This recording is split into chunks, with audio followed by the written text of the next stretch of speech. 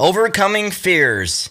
This is AviatorCast, episode 113. Calling all aviators, you've landed at AviatorCast, the top podcast resource for interviews, refreshers, lessons, training topics, and more. Join weekly and share in our passion for flying things, exploring the rare air through flight. And now, another episode. Pre-flight complete, fuel on board, and flight plan filed. Let's kick the tires and light the fires. Here's your host, Chris Palmer. Welcome, aviators. My name is Chris Palmer. No matter how long you've been flying, you are still learning. That may be at a slower learning curve than some, but a pilot is always and continually learning. If you aren't continually learning, then you're falling behind. Sometimes that means overcoming our fears with more training and polishing off those skills needed to be proficient in many areas. To this day, I still learn something new on every single flight that I take and try to internalize those lessons and learn those for myself and externalize those lessons and share those lessons with people like you here on AviatorCast. So welcome to this, the 113th episode of AviatorCast. Those of you that are viewing this on YouTube are going to see something new for the first time, and that is that this podcast is now live. It's a live show on YouTube that I'm going to be doing hopefully weekly. And so there's a video component now to AviatorCast. For those of you that have been listening to AviatorCast for years as a podcast, it'll still be coming out in that form, but this is a completely new deal. And so as I'm figuring out the technology going through this, I hope that you guys will bear with me because there are some little timing things that I still have to figure out, and hopefully the tech works out well. Got a lot of fancy things here, and I'm running the whole show myself, so it ends up being a little complicated sometimes, and hopefully I don't miss anything. So as always, AviatorCast is brought to you by Aviator Training by Angle of Attack, offering online ground school wherever you are and flight training in Alaska. Get our Guide to the Sky video series with 3 hours of free getting started advice and steps. Turn your aviation passion into reality. Sign up today at aviatortraining.com. So this is going to be just a fairly quick and fun episode. We're going to be getting into 5 pilot fears and how to overcome them.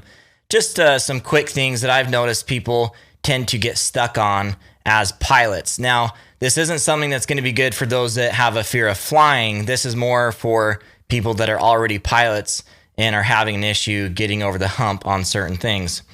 So, for those of you that haven't been to AviatorCast before, I'm a flight instructor. I have also some online ground school stuff that I do, and I just like to share my passion for aviation. I do that through kind of lessons or thoughts or opinions like you're going to see today, but I also do a whole lot of interviews with different people in the industry, whether they are instructors themselves or people in the military or airline pilots or bush pilots or regular everyday private pilots and everything in between. I like to get a lot of different perspectives from people all over the world. So, one thing we do before we ever get into the meat and potatoes of an episode is we get into a review for the show. So if you leave a review on the show and share that on somewhere like iTunes, Stitcher, here on YouTube would be a good place, and I end up reading your review, then I will send you an AviatorCast t-shirt. So I do this every week where I read a live review from someone out there in the wild, someone that's been affected by the show and enjoys it, and then I read that on the show. If you hear your name, then you'll end up sending me a message. And then I will send you a shirt. So this one comes from Vinman72.19. I'm not sure what the decimal point there is, from the USA. And he says, "Get inspired here. After 40 years of wondering if I should go for my PPL, I finally did it last month thanks to listening to the episodes of Angle of Attack for the past year. Many episodes are enjoyable to hear, but I've recently enjoyed listening to episode 105. John Schmeel's perspective was really insightful, and Chris's passion along with it really made it enjoyable. The videos of AOA, in my opinion, demonstrate how flying can be enjoyable with family and friends, whether if it's a visit to an interesting place, eat at a different restaurant, and enjoy friendships along the way. Keep on lighting the fires, Chris. I look forward to every episode, and that is thanks from Vin Carbonara in Lockport, Illinois. So Vin, I really appreciate your review. It's, everyone goes through these periods where they have an opportunity to get into aviation, and it sounds like you've been wanting to get into it for a long time, and you finally had the time, money, energy, whatever it was, all the planets aligned for you to be able to do that. So great job for taking that window of opportunity and getting your license. Congratulations. Looks like you left that review in November. So congratulations on now about 6 months or so of good flying. So I hope you're using that license and enjoying it and looking forward to maybe the next step. What are you going to work on next? So go ahead and send me an email, me@aviatorcast.com, and I will line you up with one of those t-shirts. All right, so we are going to get into the main content of the episode now. We're going to get into 5 pilot fears and how to overcome them. So I will see you guys on the other side.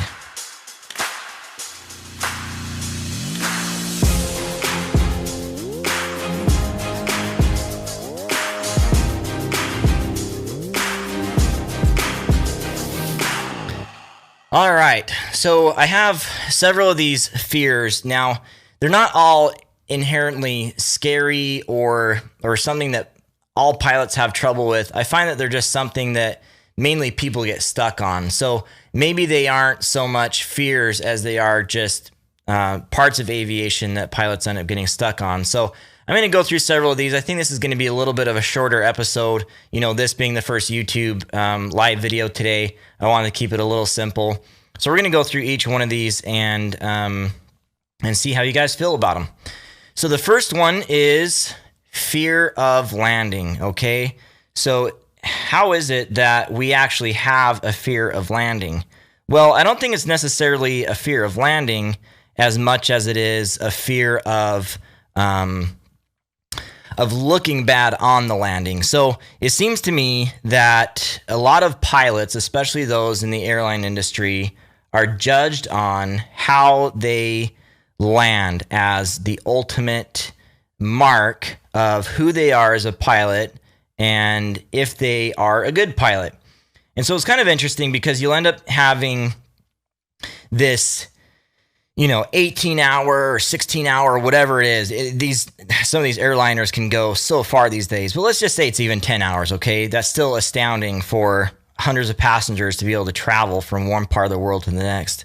So you have this crew that manages this whole thing and gets you across the world, something we couldn't imagine in days prior.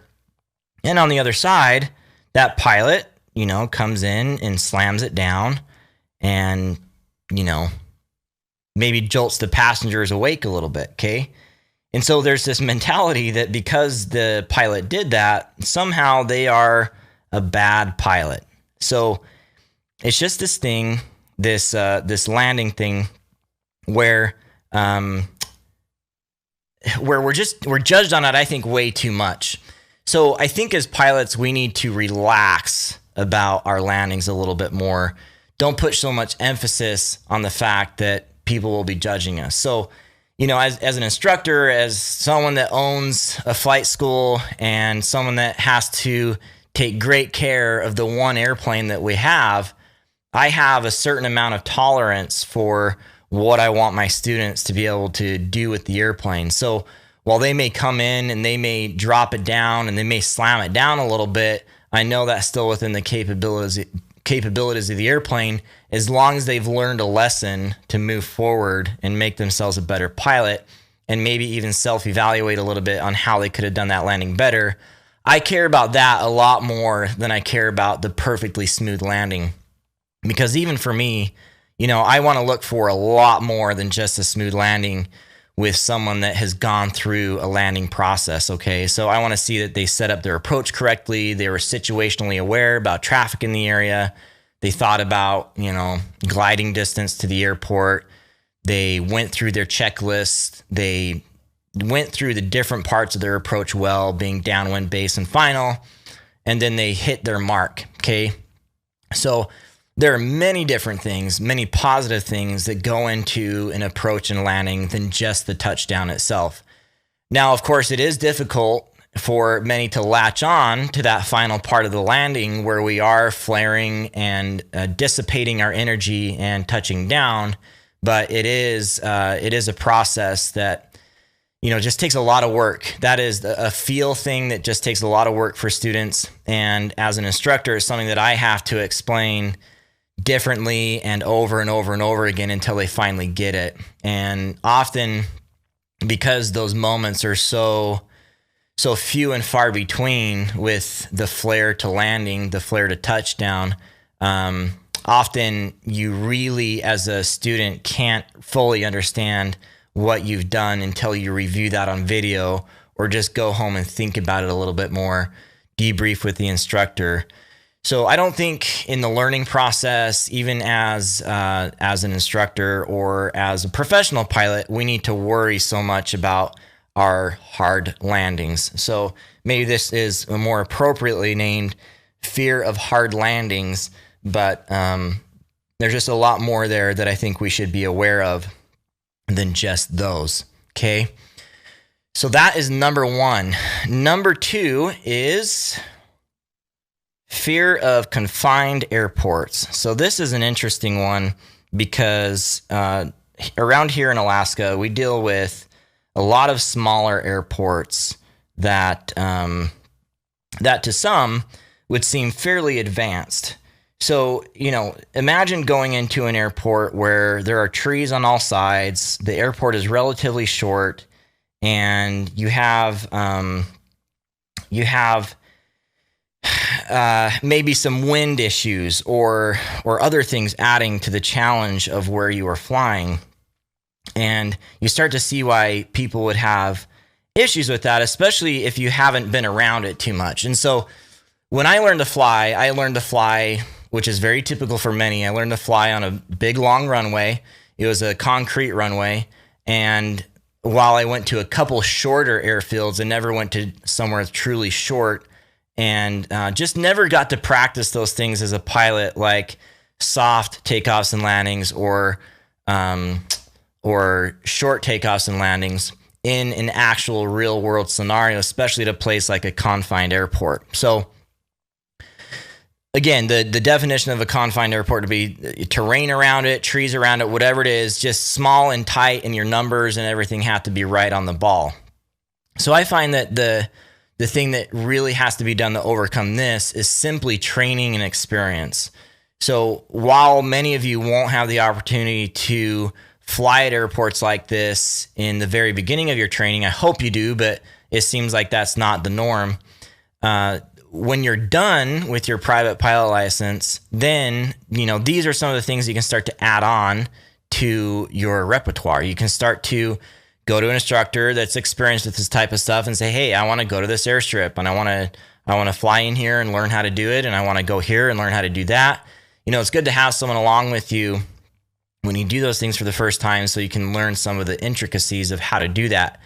Now, it's true that a lot of the components of how you do short takeoffs and landings by the book are still absolutely relevant when you go and do it in the real world. But it's a much different thing when you've practiced at a big runway, you've done all those things at a big runway, you took your private pilot test on a big runway and proved that you could do those soft takeoffs and landings, and then have to go and do them in an actual place where you're facing those challenges. The more experience I get, especially around here, the more I realize that I have to be aware of the maybe the outlying things I need to be aware of. So it's not so much the distance of the field or the temperature or the trees or the performance. Of course, flat out, all those are things that we absolutely take care of in the first place, right? But it's the things that aren't commonly talked about in pilot training, which would be something like How are the winds going to act in this airport? Have you talked to local pilots that really understand the intricacies of how the wind acts at certain angles at this airport? Maybe some techniques that people use that are a little bit different, but tend to get you where you need to go. We get a little part of that culture up here in Alaska where, people fly differently, and they have these techniques and things that they've used for many years that work quite well. Now, that's not to say you should be doing anything dangerous. It's not saying that. It's just saying, hey, go beyond just what the book says and learn from those that are really experienced, and go and fly with them at these places. And so you can overcome that fear of being at these confined airports, going to these soft or short trips. Maybe it's everything combined. Maybe it's confined, soft, and short, and learn from those people. What you're going to find is that they are thinking a whole lot ahead of time on what the conditions are and what to do in certain situations. So there's an airport here nearby that I go to that I tend to get some information on it before I even go. I ask the local pilots how it is, because I am taking a student to that airport, and I want it to be an experience for them that is pleasant, in the sense that we're actually going to accomplish a learning goal rather than just, fighting dangerous winds and things like that. So I would say that overcoming the fear of confined airports is something that is overcome with simply more experience and flying with those that are more experienced than you are. Okay, so that's number 2. Number 3 is fear of stalls. Now, this is something that I actually see quite a bit, is a fear of stalls. So we've all been there in the very beginning of our training where this term, just the term stall, which is often confused with stalling an engine, is something that people get hung up on, and they get a little scared. So I think for me, I also had this fear in the very beginning when I was a private pilot trainee. So I didn't know how to control the airplane very effectively or quickly at that point, and I had these fears in the back of my head of a stall developing into a spin, and that happening at the wrong time. And so I think that there are some things that we should be thinking about in terms of stalls. First of all, one of the best times to practice stalls, if you've been a pilot for a while and haven't practiced them in a while, is to do that during your required flight review, which is every 2 years, every 24 calendar months, and go and practice those with your instructor. So this is a good time to be with someone that does stalls often, because they have to for pilot training, and glean some things from them and get a little bit more comfortable with it. The point when I got really comfortable with stalls, and this is another thing to think about, is when I did spin training. So as a flight instructor, you are required to get an endorsement, a spin training endorsement that says that you've done that sort of training, because you're going to be with students and you could potentially get into spins with students. So when I went up and did spin training, we had 2 different 172s that we tried to use. The first 172 we tried to use, we could not get into a spin. We tried about 6 or 7 times. We could not get the thing into a spin, and it would just recover from the stall right away before it would develop into a spin. So that alone gave me a lot of comfort, because we were doing everything wrong. We had full power. We were pulling the nose back. We were doing full opposite aileron and rudder, and it just wasn't going. Then we tried in a different airplane, and we were able to get it over the edge. They were both 172s. Maybe one is just rigged a little bit different, but we were able to get the other one over the edge and develop it into a spin. So a couple caveats to that. The reason why I became so comfortable with stalls at that point, or more comfortable with stalls, is because I saw truly how difficult it was to get something into a spin in the first place. And a lot of things had to go wrong for a long time before a spin could develop. Now, that's not to say that there aren't certain combinations of things within a flight that could creep up on you and could cause a stall spin accident when you're maybe not aware. And we as instructors have been kind of grilled on that the last several years in the sense of the base to final turn and some other locations where a stall spin is more likely or has been more likely in accident reports. So with all that said, I felt more comfortable because I saw how difficult it was to get the thing into a spin. And I saw that it was also, as part of that, pilot induced for the most part. Okay. So when I teach stalls myself, I first teach the student before I teach them the rapid fire stall recovery technique is I show them that you can literally let go of the airplane in most cases, and it will by itself recover from the stall. So it's a wing. Doesn't matter how great of avionics you have. Doesn't matter how nice everything is in the airplane. Doesn't matter how new it is. Has a wing, and that wing wants to fly again.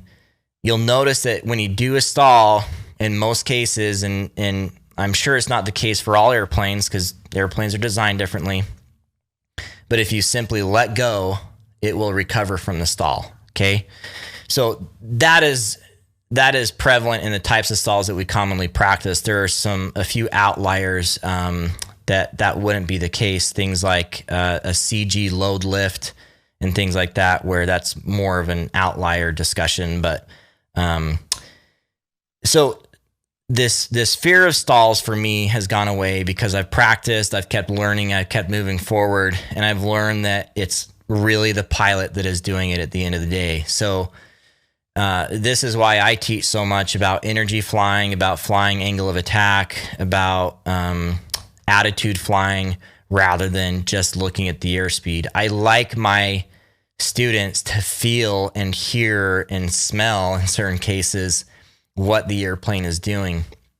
So kind of a cool thing you can try next time you go and do stalls is, because it's so quiet, especially during, say, a power off stall or an approach to landing stall, you're emulating that approach to landing, is actually pull your headset off for the stall and hear the air going past the wings and how everything is working. Okay, you're going to notice these little wisps of sound and these little whistles that will give you an indication of the stall. You're going to notice things on your fingertips as you're holding the yoke or the stick on how that airplane is controlling and the precursors to a stall that you are getting.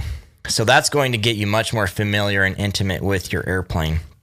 So practice, practice, practice. That's how to overcome the fear of stalls. Of course, as pilots in everyday operations, we're not intending on getting in stalls. That's not a normal thing. The only normal point in which we're really getting into a stall, and this isn't even the case in all airplanes, is upon landing. So when you are landing a Cessna, for example, it's a full, you want to get to a stall. You want to hear that stall horn chirp in some cases, and in some cases not. And then in some low-wing airplanes, you actually never hear the stall warning horn when you're landing.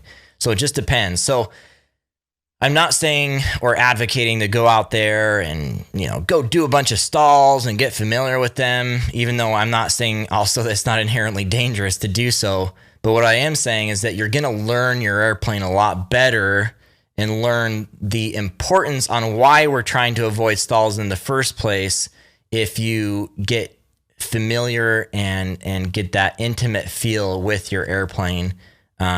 With some of those techniques that I talked about, like taking off your headset and feeling and hearing and smelling and all that stuff, how things are working. Okay, so that is the fear of stalls. So now this one is more about communications. So the fear of sounding stupid. So this is something that I think every pilot faces now and again. I think for me, now that I've been a pilot for a good number of years now, I'm to the point now where I don't really care if I sound stupid on the radio. I kind of assume that there's going to be a point in which I will sound stupid because I'm human. I fumbled my words and I said something wrong or got something mixed up. And I just have to realize that and I think that it's important for you to realize too, is there's not someone on the other side of the radio with a big switch that's just going to whack you if you say something wrong, okay? It's going to be embarrassing more to yourself than anybody. Even your instructor isn't going to be embarrassed for you. So outside of doing really foolish things like declaring an emergency when you shouldn't, or for your own convenience or something, and just other things you shouldn't be doing on the radio. And we're talking about being professional here.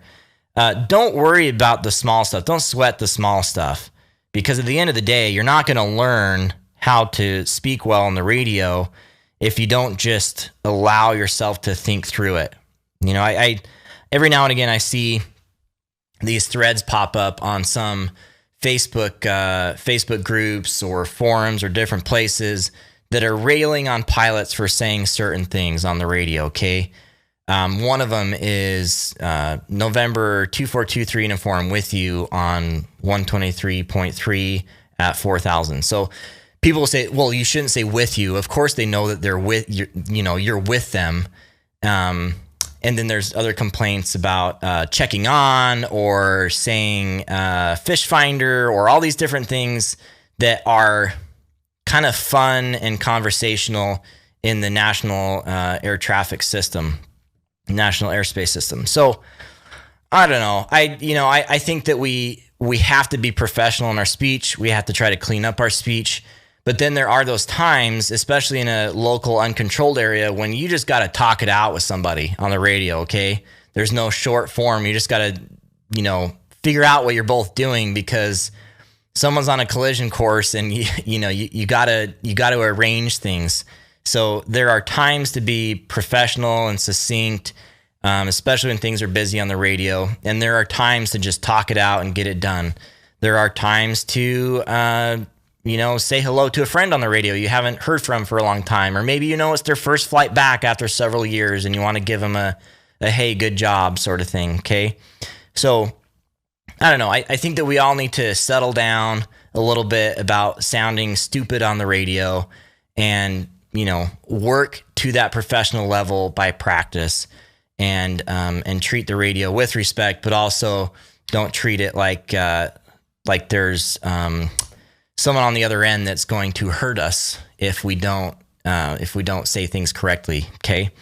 So that is my little spiel. I have a feeling that with all that, some of you could disagree with me on some of those things, but that's what it is anyway. All right. So that is something on radio communication. Now is the fear of failing. So, I think this one is going to be a lot more common with those that are not quite pilots yet, rather than those that are pilots. But I think that this can also happen with those that are currently pilots and looking to maybe get the next rating, go to the next step. And so they are, they're kind of working toward that and not sure if they can really make it. And, our own worst enemy, that devil on our shoulder, tells us that we can't do it, that we don't have enough time, we don't have enough money, we don't have enough support from those around us, and that we're just going to fail if we go toward our dreams. So this one is a little bit more, I guess, touchy-feely in the sense that, there are many things, I think, that try to get in our way naturally in our lives as part of the way the universe or energy or something works, okay? Some of you may even get into religious terms there. There's some opposing force that tries to prevent us from becoming our best selves. And those things that speak to our mind give us this fear that, we can't do that, we're not worthy of doing that. We don't have enough time or money. Again, those are some of the things that always come up when people are looking to do this. And, that it couldn't possibly be me. It couldn't possibly be me that could get a cool flying job and could do something I really love for a living. So I think that there are those forces out there. Sometimes they're even very apparent in front of us, that in very rare cases, it can be family that try to prevent us or disparage us from flying.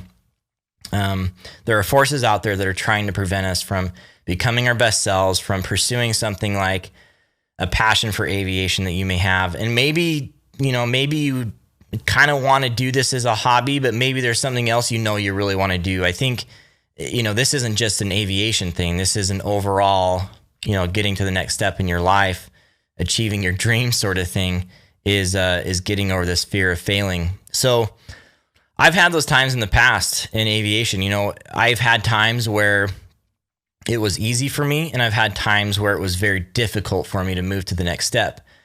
What I found is that in order to stay in aviation, to stay active, to keep flying, to keep enjoying this freedom, to keep enjoying this passion, to keep sharing in the many, many wonderful positive things of aviation, there are things that I have to do and uncomfortable things I have to go through in order to keep that in place. And so one of those things is just the nature of what the FAA requires us to do to stay active as pilots. We have to do a certain amount of training.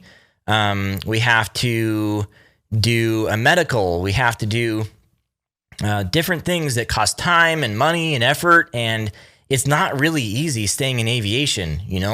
It's much easier to say, oh, I don't have time or money for that right now. I'm just going to kind of fall out of it. And if you're doing it really well, then you need to be doing it a lot more often than the FAA requires. And so, first off, it is really hard just to stay in it. But all that said, with all those difficult things to do, I find that when I'm in a place of minor discomfort and I'm getting things done and I'm still flying and I'm still moving forward, things are good. I feel like I'm living on purpose and doing what I should be doing, even though I may not be getting the biggest paycheck in the world, even though I may not have all the time in the world, even though it's exhausting and time consuming and all those things. It's still what I feel like I should be doing. So there's a level of discomfort there where, of course, the most comfortable thing is to sit back and not do anything and not try, right?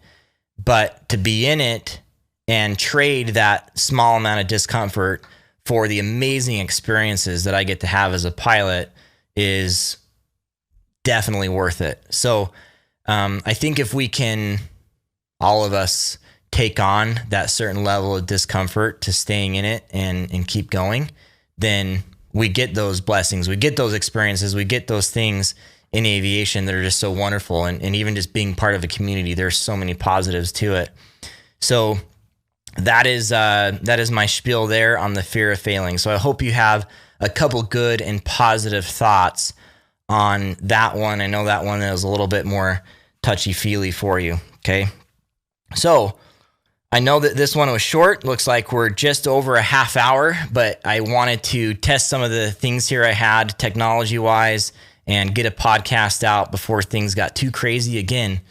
Always moving forward, always taking that next step, and thought I'd do this podcast. So I hope you guys enjoyed it. Look forward to seeing your comments here on YouTube and look forward to seeing your comments on the podcast too. And we're going to have a couple closing messages here, and then we will, I'll have some closing thoughts at the very end. So let's now get into that. Join us next week for another exciting topic or interview with a great guest. All AviatorCast resources can be found at AviatorCast.com. Subscribe to AviatorCast on iTunes, Stitcher, Google Play, YouTube, and other podcast services. Did you enjoy the show? Review AviatorCast on iTunes or similar service. If your review is aired on the show, we'll send you an official AviatorCast t-shirt. As always, we'd love to hear from you. Write AviatorCast at me@aviatorcast.com to introduce yourself or to ask any questions you may have about aviation. Now, for the final release clearance, back to Chris Palmer. All right, guys, thanks for joining on this episode of AviatorCast. I know it was a short one, but it's a lot of things kind of moving around here again to get this show going today. So I'd love to hear your comments. How did you like the video version of this? How was the audio version of this still? For those of you that are longtime podcast listeners, I'd really like to hear that. Lots of good things coming up for me. I have some full-time students coming here to learn, to get their licenses here in the next several months, and really looking forward to that. I just got done with my CFII. We're trying to upgrade our airplane. Lots of things are busy. The weather's nice, new and great, and even repeated experiences that we get to have around here with everything turning green and staying warm again. I'm looking forward to flying at midnight with the sun still up, so that's going to be pretty fun here coming up soon. So I don't know. It's a good, positive time. I'm feeling good about where I'm at in aviation. I really hope that you are feeling the same way. Going back to everything we talked about today with a lot of these fears for flying, I think it's really important that we're just always moving forward. We're always trying to find that next step in aviation, no matter where we are, to grow and improve and become a better us, a better pilot, and a better person, and a better aviator, whatever you want to do. But I find that for me, I gain a lot of value in the teaching of aviation and in sharing in the community, and I just enjoy that so much. Even surprisingly for me, I can't fly like all day long. Like, I don't get much out of flying solo even. I like to be with others, experience it with others, do videos, do photography, share in the passion, and that's what it is about for me. And I hope that you can find what it's about for you too, and take those next steps toward getting there. Now, a couple things that I can help you out with in terms of that is the Guide to the Sky, which I mentioned earlier. Guide to the Sky is a 3-part video series I did. Talks a lot about the medical and step-by-step process of what it takes to get a pilot's license, because I think a lot of those processes are complicated for people. They don't quite know how to even approach a flight school and talk about doing this, let alone what the steps are to actually achieving that license. So I run through those in that series. That's free at aviatortraining.com. You can check that out. And if you're already in the market for a ground school, I have currently a private pilot ground school that you can enroll in on aviatortraining.com. And also, I'm building right now, that's my main goal right now, is building an instrument ground school. And then later on, I'll be doing a commercial ground school. So soon enough, Aviator Training and Angle of Attack will have a full breadth of the basic ratings that you need to get up through the commercial rating, and you can get all those online.